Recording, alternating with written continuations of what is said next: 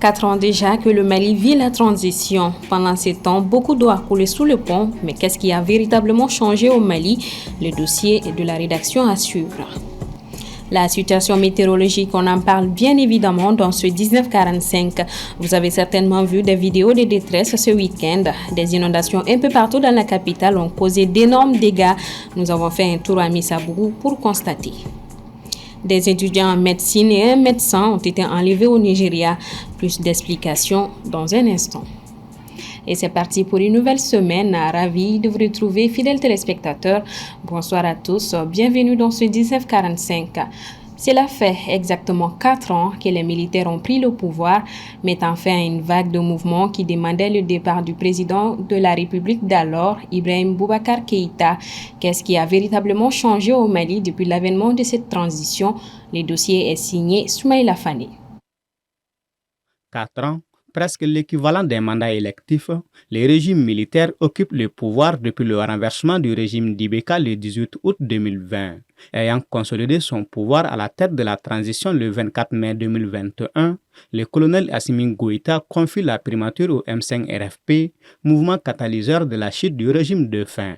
Depuis, le pays opte pour la rupture des pratiques anciennes et part de Mali-Koura. Aujourd'hui, nous savons que nous avons retrouvé un État dont on peut être fier, un État qu'on a pu reconquérir dans ses limites, un État qui peut nous donner espoir pour construire un Mali-Koura. Donc aujourd'hui, la population se reconnaît dans ce Mali-Koura qu'on est en train de construire. Je ne pense pas que ce soit le Mali-Koura que moi je souhaite.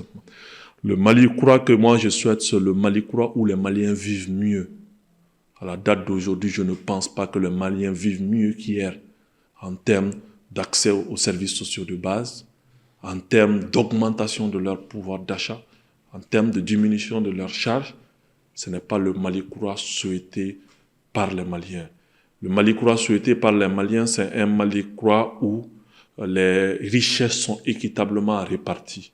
Après plus de 10 ans d'aggravation de la situation sécuritaire, le pays pousse vers la sortie de ses anciens partenaires militaires et renforce rapidement ses relations avec la Russie pour lutter contre le terrorisme. Je vais commencer par paraphraser quelqu'un qui l'a dit, que Dieu protège-moi de mes amis, je me chargerai de mes ennemis. Je crois que c'est sur ce chemin que le Mali est parti. Parce que nous avons eu durant 9 ans des soi-disant amis qui n'ont fait que détériorer la situation sécuritaire, qui n'ont fait que nous enfoncer dans le chaos. Et aujourd'hui, nous en sommes débarrassés. C'est vrai, on dit que l'armée s'est rééquipée sur le plan de la capacité opérationnelle de l'armée. Nous pouvons dire qu'il y a eu des améliorations, mais sur le plan de la sécurité, les défis restent énormes. Dans beaucoup d'autres localités, l'État n'a pas encore sa mainmise et ne parvient pas à appliquer le monopole de la violence légitime. Ça, c'est une réalité qu'on ne peut pas nier. Menant une diplomatie de rupture avec des alliés occidentaux et l'organisation sous-régionale, le pays se tourne vers les pays qu'il qualifie de partenaires sincères, dont l'Iran et la Turquie. Aussi, il forme avec ses voisins le Burkina Faso et le Niger la Confédération des États du Sahel. Mais la question qui demeure sans réponse est la date pour l'organisation des prochaines élections générales. De fortes pluies ont été enregistrées dans le district de Bamako et également dans les régions depuis plusieurs jours. Bamako, Ségou, Gao, Tombouctou, San et plusieurs autres localités sont fortement touchées. Le récit de Aminata Keïta. Les inondations à Bamako et environnants ont commencé la semaine dernière. Ce week-end, un autre niveau a été atteint avec les fortes pluies qui se sont abattues dans plusieurs quartiers, notamment Rimadjo, Missabougou pour ne citer que quelques-uns. Même son de cloche dans les régions. À Ségou et environnants, les inondations ont provoqué l'effondrement de plusieurs maisons avec leurs habitants à l'intérieur pour certains cas. Selon les sources locales, le bilan fait état de 3 morts et plus de 8 blessés. À ce jour, nous pouvons en tout cas avancer quelques chiffres par rapport aux pertes occasionnées par les inondations. Le nombre de maisons touchées se chiffre à 92 maisons, dont 38 maisons se sont carrément effondrées parmi les 92 touchées. Donc le nombre de sinistrés se chiffre à 336 personnes. Ce sont des chiffres officiels avancés par les services compétents. Donc, parmi ces sinistrés, il y a notamment des femmes, des hommes et principalement, il y a des enfants, des jeunes garçons et des filles. Donc, ça montre toute l'ampleur qu'avaient en tout cas ces pluies diluviennes tombées sur Ségou. Les inondations ont également été signalées à Bla et à Tombouctou. À Gao, l'on a enregistré 96 mm de pluie qui ont commencé le vendredi 16 août, ayant causé d'énormes dégâts avec l'effondrement de maisons et la perte de bétail, mais pas de perte en vies humaines. 96 mm pour qui connaît les régions du Nord, la majeure partie des maisons sont construites en banco. Beaucoup de maisons sont tombées. Nous sommes présentement au niveau de l'hôpital régional, autour de l'hôpital régional de Gao, qui est aussi inondé à chaque instant qu'il y a plu. On est en train d'écrire les caniveaux qui sont autour de l'hôpital pour en tout cas désagorger. Un peu de décès léger, parce que qu'est-ce qui se passe à Gao? Il y a des endroits qui auparavant étaient des endroits de mares dans lesquels l'eau se stagne pour empêcher que ça rentre dans les maisons. Aujourd'hui, il y a des personnes qui ont leur argent, qui sont riches, qui ont acheté des mares là, ils les ont transformés comme on appelle à des bâtiments. Alors que pour qui connaît l'eau ne va jamais changer sa voie. Donc s'il n'y a plus un endroit où l'eau va stagner, forcément les maisons qui sont dans les environnements vont verser comme ça sera versé dans ces maisons-là. Après les premières inondations à Gao, les autorités locales de la région ont relogé les victimes dans les écoles publiques et privées, les élèves étant en grandes vacances scolaires en ce moment. Selon les prévisions de l'Agence nationale de la météorologie, à compter de ce lundi 19 août jusqu'au dimanche 25 août, de fortes pluies se produiront courant toute la semaine dans toutes les régions et le district de Bamako, excepté au nord, principalement à Taoudéni et Kidal. L'agence précise également qu'il s'agira de quantités importantes de pluie avec des risques d'inondations élevés dans les régions de Kaï, Nyoro, Koulikoro, Koutchala, Ségou, San, Badjangara, Mopti, Nara, Gao, Menaka, Tombouctou, Kita et dans le district de Bamako et ses environs. La population est invitée à redoubler de vigilance. À Bamako particulièrement, ces inondations ne cessent de causer des dégâts tant matériels que des pertes en vie humaine. À Missabougou, en commune 6 du district, où nos reporters se sont rendus ce lundi 19 août, la situation est déplorable. Suivant le reportage de Assetoumani Koulibaly. Des maisons effondrées, des familles en détresse, des chambres toujours remplies d'eau, voilà ce que vivent les populations de Missabougou où nous nous sommes rendus ce lundi. Des dégâts causés par les inondations du week-end. Chaque année, nous subissons la même chose sans amélioration.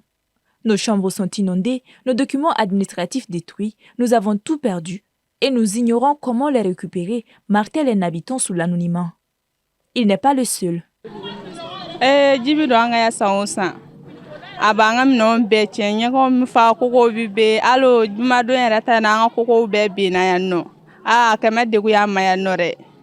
Ami yila bo anga so no bo ami ga wodo se anga ko fala no ami jibo no ni ze tayar la antarashi e wal so sanvel la privé de fle gitrona la no antarashi nori ay so de wono blade bi ani ngabugu bo ji a dépassera on fo en fait ko ju krengere da on ko dala mo ko dute kata ko daere ma kasiya kasi gidro ere ma dute ko ji ma do mo nga so kono on ne yere bulubagato na wa soro sokono la begera ji nana nga pièce yu kumbe sokono nana ul segera o yasro ji tinyani ke ko bo ne sana na tetam parce que ji kumbe dan dugumalala ansi ko agilita makabe ke tanze. Cette femme par exemple était assise dans sa maison lorsqu'elle a été surprise par le bruit de l'effondrement de son mur avec la vague d'eau qui s'est emparée de sa concession avec force. Sans issue, elle a été secourue avec ses enfants par les familles voisines en les faisant sortir par la toiture de leur maison.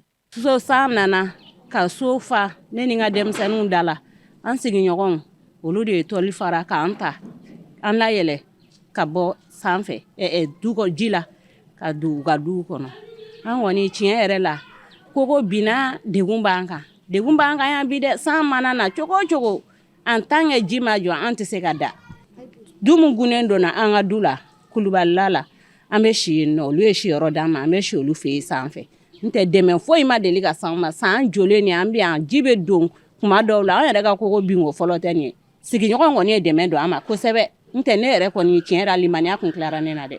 Certaines de ces familles sont accueillies soit par des familles voisines, soit dans des écoles.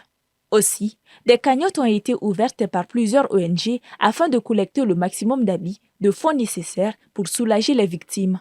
Lors de notre passage, nous avons croisé une équipe de recensement de la Direction nationale du développement social sur place, en train de recenser les sinistrés. Approchée, elle nous a rassuré de nous revenir avec d'amples informations sur les actions entreprises. Dans le district de Bamako, l'on dénombre 24 cas d'inondation avec des cas d'effondrement, pour un bilan cumulé de 4 150 ménages touchés, soit un total de 32 068 personnes sinistrées. Sur un tout autre plan, le ministre de l'Industrie et du Commerce a visité ce 19 août les locaux de l'Agence pour la promotion des investissements au Mali pour constater l'état d'avancement de la structure dans le processus de digitalisation de ses services. Diana Bassamaki. C'est dans le cadre du suivi et de l'évaluation des structures de son département en général, mais surtout dans le cadre du suivi de la mise en œuvre des principaux chantiers du gouvernement, dont la dématérialisation des procédures administratives à travers la digitalisation des services de l'État, que le ministre de l'Industrie et du Commerce a effectué une visite dans les locaux de l'Agence pour la promotion des investissements au Mali, API Mali. Donc la rencontre de ce matin au niveau de l'Agence pour la promotion des investissements devrait nous permettre donc d'évaluer l'ensemble de tout ce dispositif-là en matière de guichet unique et en matière d'investissement, de façon à ce que nous puissions programmer dans les prochains jours la digitalisation de tous ces process-là, de façon à assurer un service digitalisé à 100% au niveau de l'API Mali. Créée en 2005 et opérationnelle depuis 2008, l'API Mali a pour mission de favoriser le développement des investissements privés locaux et étrangers et de contribuer à l'amélioration du climat des affaires au Mali. Ces chantiers prioritaires de digitalisation sont la simplification de la création d'entreprises à travers la création en ligne, e-registration, la digitalisation dans la promotion des investissements, la digitalisation dans la communication, le management de l'agence et la gestion des ressources humaines. Au niveau de la facilitation de la création d'entreprises, on a réussi à créer un guichet unique physique. Ça veut dire que désormais, quelqu'un qui veut créer une entreprise, quand il vient à API Mali, en 3 jours, il amène des documents physiques pour créer son entreprise. Notre ambition est de transformer cette création d'entreprise dans une digitalisation à 100%, qui va nous amener à ce que le créateur n'est pas obligé de venir à l'API Mali, qu'il soit chez lui au Mali ou à l'extérieur, à travers les outils digitaux, qu'il puisse créer son entreprise, faire son paiement et avoir son registre de commerce et son INA en moins de 24 heures. Cette visite a permis au ministre de l'Industrie d'évaluer l'état d'avancement du processus de digitalisation des services de l'API Mali, d'identifier les points d'accompagnement nécessaires en vue d'accélérer et de renforcer ce processus de digitalisation. Avec 44 cas de variole du singe confirmés en Afrique de l'Ouest, rien qu'en 2024, le Centre régional de surveillance et de contrôle des maladies de la CEDEAO tire la sonnette d'alarme face à une résurgence inquiétante du Mpox dans la région. Selon le rapport daté du 15 août 2024, 44 cas confirmés dont un décès ont été enregistrés dans la région ouest-africaine depuis le début de l'année. Le Nigeria est le plus touché avec 24 cas, suivi de la Côte d'Ivoire, 11 cas, du Libéria, 5 cas et du Ghana, 4 cas. Direction le Nigeria. Une vingtaine d'étudiants en médecine ainsi qu'un médecin se rendant à une convention médicale ont été enlevés dans l'est du Nigeria. Une rançon de 50 millions de naira, soit plus de 18 millions de francs CFA, est demandée pour leur libération. Aminata Bougou Djebagati. Le secrétaire général de l'Association nigériane des étudiants en médecine NIMSA, Fortune Olay, a confirmé à l'AFP qu'exactement 20 étudiants et un médecin ont été kidnappés et que les ravisseurs réclament une rançon. Le Nigeria est confronté depuis un certain temps à une série d'enlèvements à cause de la crise économique qui sévit dans le pays, poussant de plus en plus de Nigériens vers la criminalité, notamment les enlèvements contre rançon. En l'espace de 6 mois, il s'agirait du 3e enlèvement visant des universitaires dans l'état de Emegue. Durant les premières heures de leur rapt, certains des 20 étudiants ont été autorisés par leurs ravisseurs à utiliser leur téléphone sous contrainte. Des postes géolocalisés, des appels téléphoniques ont été transmis à leurs proches via un réseau social. Vendredi, cet enlèvement avait été évoqué par Catherine Emen, chargé des relations publiques de la police de l'État de Benue, centre-est, où a eu lieu le kidnapping. Le déploiement rapide d'un nombre important de ressources humaines, de techniques pour aider la police de Benue a été ordonné, dont des hélicoptères, des drones et des véhicules tactiques spécialisés, a indiqué dans un communiqué samedi le responsable de la communication de la police nationale, Olumiyiwa Abejobi. Les chiffres sur les enlèvements sont peu fiables en l'absence de signalement de tous les cas.